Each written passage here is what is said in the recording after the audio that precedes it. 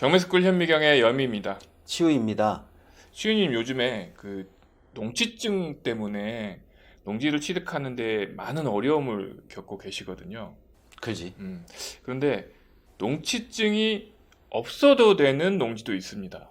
농지법상에 농취증이 필요 없는 농지가 있는데 그것이 바로 도시 지역 내에 있는 농지입니다. 그 중에서 우리가 도시 지역이라고 하면 주거 지역, 공업 지역, 상업 지역, 녹지 지역이 있는데 이 주상공 안에 있는 농지 같은 경우에는 농취증이 필요가 없습니다. 이렇게 농취증이 필요가 없는 농지에 농취증을 발급받으러 가면 또 어떻게 되나? 발급받으러 가면 당연히 그 담당 공무원은 농취증이 필요 없는 농지이기 때문에 농취증 신청에 대해서 반려를 합니다. 농취증 신청을 반려하면 네. 그러면 이게 지목이 농지니까 농취증 없이 소유권 이전할 수가 있나? 그렇죠. 그 반려처분 사유서를 가지고 해당 경매계에 제출을 하면 매각 허가 결정을 받을 수 있는 거죠. 그러면 반려처분 사유서만 가지고 있으면 무조건 매각 허가 결정을 내서 소유권 이전할 수 있다라는 이야기야? 그렇죠. 음, 그래서 이 반려 사유를 보면 방금 말씀드렸듯이 도시 지역 내에 있는 주상공 내에 있는 농지라든가 아니면 도시 계획이 있는 농지라든가 또 상속을 받은 농지라든가 이런 부분은 농취증이 필요가 없기 때문에 반려 처분이 나는 거고요. 또 농지가 불법 형질 변경이 되어서 농지로서 사용을 할 수 없다.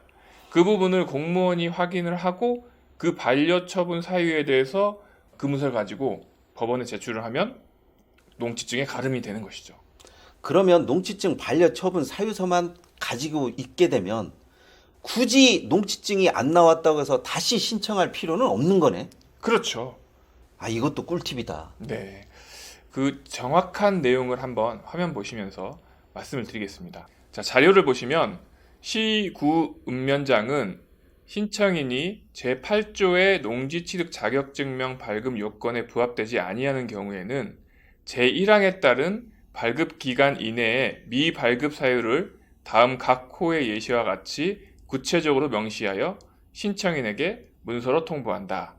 이제 이 문서를 가지고 법원에 경매계 제출을 하는 거죠. 자, 어떤 예시인지 한번 보겠습니다. 신청 대상 토지가 법 제2조 1호에 따른 농지에 해당하지 아니하는 경우, 신청 대상 토지가 농지법에 의한 농지에 해당되지 아니함. 네, 이렇게 되어 있습니다. 그래서 1973년 1월 1일 이전부터 농작물의 경작 또는 다년생 식물 재배지 외 용도로 이용되고 있는 토지 이렇게 되어 있습니다. 이게 무슨 얘기냐면 1973년 1월 1일 그 이전부터 지목은 농지인데 사실상 농지로서의 기능을 갖지 않은 농지는 농지로 보지 않는다. 뭐 이 얘기인 것 같아. 그러네요. 한 50년 전 얘긴데요. 지금 상황과는 전혀 맞지가 않지. 그러니까 예를 들면 그 시골에 지목은 분명 전인데 옛날 그 허름한 집 같은 거가 만약에 그렇지. 지어져 있다. 근데 대지도 아닌데 지목은 전이다. 음. 이런 경우에는 농취증이 이제 필요 없다. 또는 농취증 신청 반려 처분이 나온다. 이런 사유에 해당이 되겠네요. 그렇지. 이런 거 같은 경우에다가 솔직히 원상복구 계획서를 내면 뭐하고 안 내면 뭐하겠어.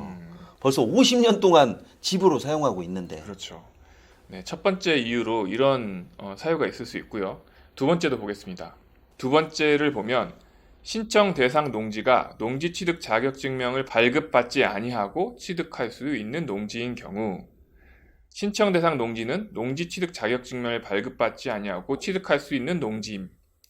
이거 첫 번째 제가 말씀을 드렸던 부분인데요. 농지 전용 협의를 마친 도시지역 안에 주거지역의 농지를 취득하는 경우 또는 법 제6조 제2항 제4호에 따른 상속으로 농지를 취득하는 경우 등 해당 사유를 기재한다. 이렇게 되어 있습니다. 그렇지. 솔직히 상속으로 받은 농지를 농취증까지 받으라고 하는 것은 네, 조금 무리가 있는 것 같고, 그렇죠. 또 농지 전용 협의를 마쳤다라든지 농지를 다른 식으로 쓰는 것을 이미 이야기가 끝난 상황에서 이거를 계속 농취증을 요구한다라는 것도 맞지가 않아. 그렇죠. 네, 세 번째도 보겠습니다. 세 번째를 보시면 신청인이 법 제8조 제2항에 따라 농업경영계획서 또는 주말 체험 명령 계획서를 제출하여야 하며 신청인의 농지 취득 자격 증명을 확인하는 결과 적합하지 아니한 경우 이렇게 되어 있고요.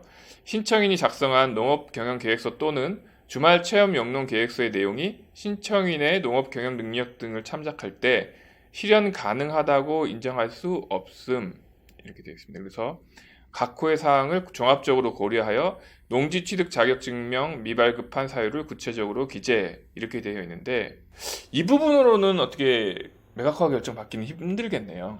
그렇지. 이 정도는 솔직히 자의적으로 해석할 가능성이 굉장히 높아. 그렇죠. 솔직히 농업 경영 계획서라는 게 말 그대로 지금 일어나는 게 아니라 앞으로 미래에 일어날 일을 계획한다라는 건데 그것이 실현 가능성이 있다 없다를 판별하는 것이 이게 맞나? 솔직히? 그래서 저희가 농지증 반려 사유를 내는 게 4가지인데 그 중에 이 3번째인 농업 경영 계획서라든가 주말 체험 영농 계획서를 내용이 부실해서 반려가 된 경우에는 이 반려 사유서를 가지고 매각허가 결정을 받을 수는 없고 이 처분 사유를 받으면 다시 신청을 해야 되겠죠. 보완을 해서 다시 신청을 해서 이게 만약에 그때도 안 나왔을 경우에는 어떻게 되는 건가? 나올 때까지 해야죠. 그런 경우도 있겠지만 사실상 이렇게 된다라고 하면 나는 매각 허가 결정을 내달라고 하는 것이 더 낫다라고 봐. 그래서 몇 번 신청을 했는데도 해당 관청에서 농지증을 신청 안 해준다고 하면 이 처분 사유를 가지고 매각 허가 결정 내달라고 얘기를 할 수도 있겠네요. 그렇지. 그렇게 하는 게 더 현실적이지. 만약에 매각 허가 결정을 거기에서도 못 낸다라고 하게 되면 어떻게 되면 소유권이 이전이 안 되는 물건이 부동산 경매에 등장한 꼴이 되니까 구체적으로 나는 농지로 바꿀 수 있다라는 것을 관공서가 아닌 법원에서 또 상의를 해야 되는 것이지. 법원에다 얘기를 해야 된다. 자, 다음 사항도 한번 보겠습니다. 신청 대상 농지가 농지법을 위반하여 불법으로 형질이 변경되었거나 불법 건축물이 있는 농지인 경우 신청 대상 농지는 취득 시 농지 취득 자격 증명을 발급받아야 되는 농지이지만 불법으로 형질이 변경되어 있거나 불법 건축물이 있는 부분에 대한 복구가 필요하면 현 상태에서는 농지 취득 자격 증명을 발급할 수 없음 이렇게 되어 있습니다.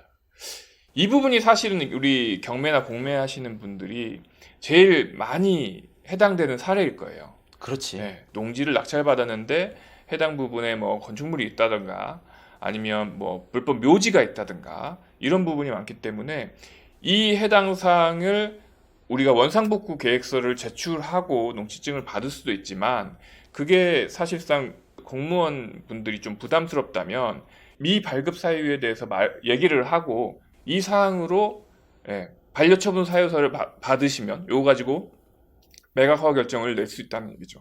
그렇지. 그쪽에서 농지증을 안 내준다라는 것을 억지로 막 받는다고 하는 것도 어떻게 보면 말이 안 돼. 그렇죠. 그 사람들 같은 경우는 원상복구 계획서를 믿을 수 없다라는 거고 그렇게 된다고 하면 믿을 수 있는 것은 경매법원밖에 없는데 경매법원에서는 나는 이거 변경하겠다.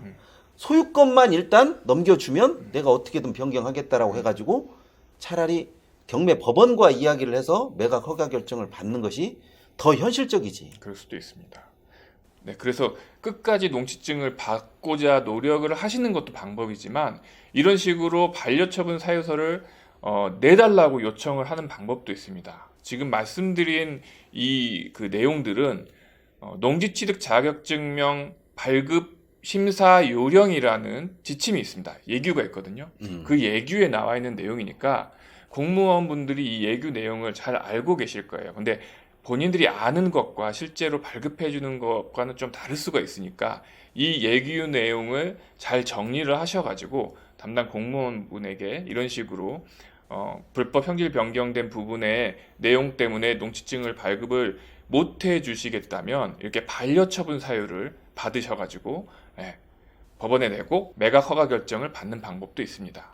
또 경매법원과 적극적으로 농지증이 발급되지 않는 사유에 관한 것도 협의를 하셔서 꼭 농지증에 목을 매는 것이 아니라 적극적으로 이 반려처분 사유서 혹은 농지증이 안 나가는 그 이유에 관한 부분을 상의를 하셔서 매각 허가 결정을 받으면 될 것 같아요.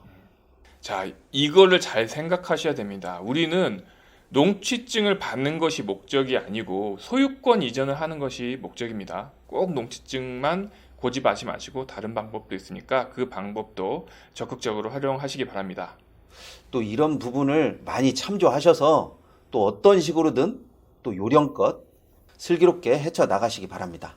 네, 이번 시간은 여기까지 하도록 하겠습니다. 감사합니다.